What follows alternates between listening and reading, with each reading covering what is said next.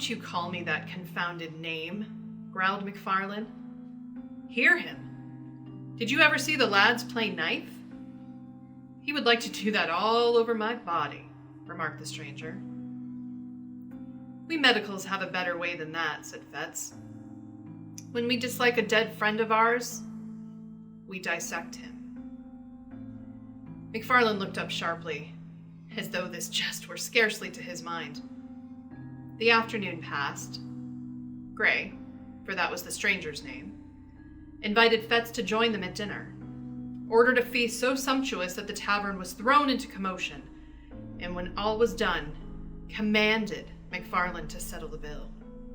It was late before they separated, and the man Gray was incapably drunk. McFarlane, sobered by his fury, chewed the cud of the money he had been forced to squander and the slights he had been obliged to swallow. Fetz, with various liquors singing in his head, returned home with devious footsteps and a mind entirely in abeyance. Next day, McFarlane was absent from the class, and Fetz smiled to himself as he imagined him still squiring the intolerable Gray from tavern to tavern. As soon as the hour of liberty had struck, he posted from place to place in quest of his last night's companions. He could find them, however, nowhere, so returned early to his rooms, went early to bed, and slept the sleep of the just. At 4 a.m, he was awakened by the well-known signal.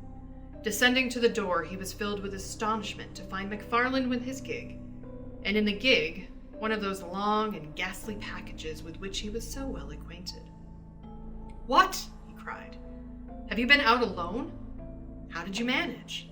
But McFarlane silenced him roughly, bidding him turn to business. When they had got the body upstairs and laid it on the table, McFarlane made at first as if we were going away. Then he paused and seemed to hesitate, and then, "You had better look at that face," he said, in tones of some constraint. "You had better," he repeated, as Fetz only stared at him in wonder. "But where, and how, and when did you come by it?" cried the other. "Look at that face," was the only answer. Fetz was staggered. Strange doubts assailed him. He looked from the young doctor to the body and then back again.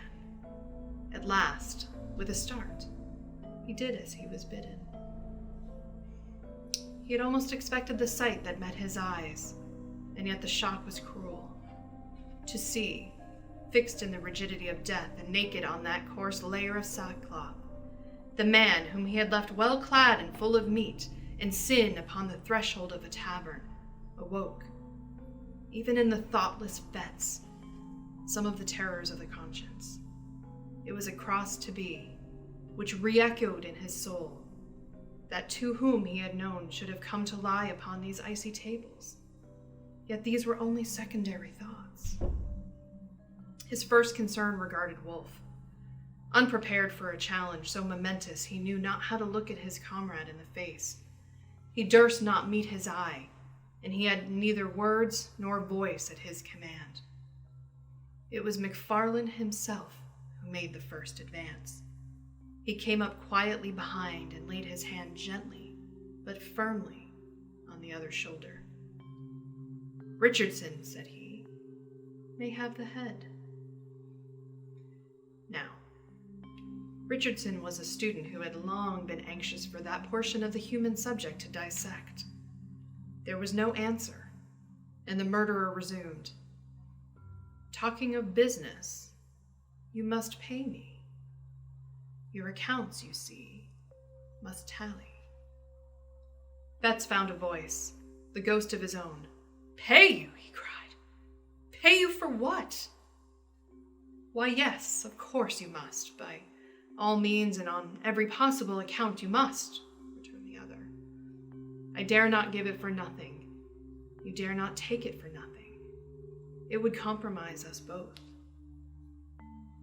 This is another case like Jane Galbraith's. The more things are wrong, the more we must act as if we were all right. Where does old K keep his money?" "There," answered Fetz hoarsely. pointing to a cupboard in the corner. "Give me the key, then," said the other calmly, holding out his hand. There was an instant's hesitation, and the die was cast. McFarlane could not suppress a nervous twitch, the infinitesimal mark of an immense relief as he felt the key between his fingers. He opened the cupboard, brought out pen and ink, and paper book that stood in one compartment, and separated the funds in a drawer, a sum suitable to the occasion. "Now, look here," he said. "This is the payment made. First proof of your good faith. First step to your security. You now have to clinch it by a second. Enter the payment in your book, and then for your part may defy the devil." The next few seconds were for Fetz an agony of thought, but in balancing his terrors it was the most immediate that triumphed. Any future difficulty seemed almost welcome, as if he could avoid a present quarrel with McFarlane. He set down the candle, which he had been carrying all this time, and with a steady hand entered the date, the nature, and the amount of the transaction. "And now," said McFarlane, "it's only fair that you should pocket the lucre. I've had my share already. By the by, when a man of the world falls into a bit of luck, has a few shillings extra in his pocket, I'm ashamed to speak of it, but there's a rule of conduct in the case.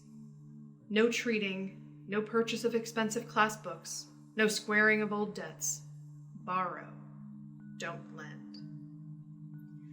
"McFarlane," began Fetz, still somewhat hoarsely, "I have put my neck in a halter to oblige you." "To oblige me?" cried Wolfe. "Oh, come! You did, as near as I can see the matter, what you downright had to do in self-defense. Suppose I got into trouble, where would you be? This second little matter flows clearly from the first. Mr. Gray is the continuation of Miss Galbraith.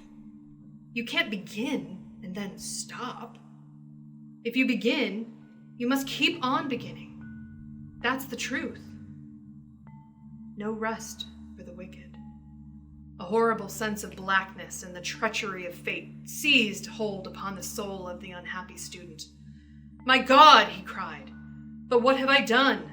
And when did I begin? To be made a class assistant in the name of reason. Where's the harm in that? Service wanted the position. Service might have got it. Would he have been where I am now?" "My dear fellow," said McFarlane, "what a boy you are. What harm has come to you? What harm can come to you if you hold your tongue? Why, man, do you know what this life is? There are two squads of us, the lions and the lambs. If you're a lamb, you come to lie upon these tables like Gray or Jane Galbraith. If you're a lion, you live and drive a horse like me and Mr. K, like all the world with any wit or courage. You're staggered at the first. But look at Kay. My dear fellow, you're clever. You have pluck. I like you. Kay likes you. You were born to lead the hunt, and I tell you, on my honor and my experience of life, 3 days from now you'll laugh at all these scarecrows like a high school boy at a farce." And with that, McFarlane took his departure and drove up off the wind in his gig to get under cover before daylight. Fetz was thus left alone with his regrets. He saw the miserable peril in which he stood involved. He saw, with inexpressible dismay, that there was no limit to his weakness, and that, from concession to concession, he had fallen from the arbiter of McFarlane's destiny to his paid and helpless accomplice. He would have given the world to have been a little braver at the time, but it did not occur to him that he might still be brave. The secret of Jane Galbraith and the cursed entry in the daybook closed his mouth. Hours passed. The class began to arrive. The members of the unhappy Gray were dealt out to one another and received without remark. Richardson was made happy with the head, and before the hour of freedom rang, Fetz trembled with exultation to perceive how far they had already gone towards safety. For 2 days he continued to watch, with increasing joy, the dreadful process of disguise. On the 3rd day, McFarlane made his appearance. He had been ill, he said. but he made up for lost time by the energy with which he directed the students. To Richardson, in particular, he extended the most valuable assistance and advice, and that student, encouraged by the praise of the demonstrator, burned high with ambitious hopes and saw the medal already in his grasp. Before the week was out, McFarland's prophecy had been fulfilled. Betts had outlived his terrors and had forgotten his baseness. He began to plume himself upon his courage and had so arranged the story in his mind that he could look back on these events with an unhealthy pride. Of his accomplice, he saw but little. They met, of course, in the business of the class. They had received their orders together from Mr. K. At times, they had a word or two in private, and McFarland was from first to last particularly kind and jovial. But it was plain that he avoided any reference to their common secret, and even when Fetz whispered to him that he had cast in his lot with the lions and forsworn the lambs, he only signed to him smilingly to hold his peace.